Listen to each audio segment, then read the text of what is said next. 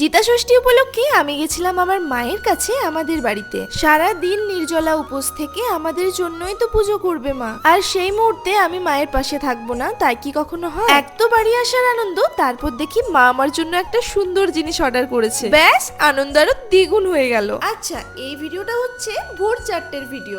তখন আমি আর বুনু উঠেছিলাম মায়ের সাথে দই চিড়ে খেতে, কারণ এটাও একটা জিতা ষষ্ঠীর নিয়ম। তারপর সকালবেলা থেকে তো ভিডিও বানানোর কোনো অবকাশই পাইনি, তাই ভাবলাম একেবারে ষষ্ঠী পুজোর ভিডিওটাই করি। এই যে গাছটাকে তোমরা দেখছো, মানে ডালটাকে দেখছো, এটাই জিমুত বাহনের রূপে পুজো করা হয়, আর সাথে মাটির তৈরি শিয়াল শকুনিও থাকে। তারপর আবার কি, মায়ের ষষ্ঠী পুজো হয়ে গেলে আমরা সবাই মিলে ভিজতে ভিজতে বাড়ি চলে আসি। এটা হচ্ছে অষ্টমীর প্রদীপ, আর এটা থেকেই কাজল পাড়তে হয়, আবার সেই কাজল সেদিন চোখেও পড়তে হয়, এটাই নিয়ম। তবে আমাদের মতো একেবারেই নয়। কিন্তু আমার এরকম খারাপ অবস্থা কে করলো সেটা জানতে হলে কিন্তু ফুল ব্লগ অবশ্যই দেখতে হবে।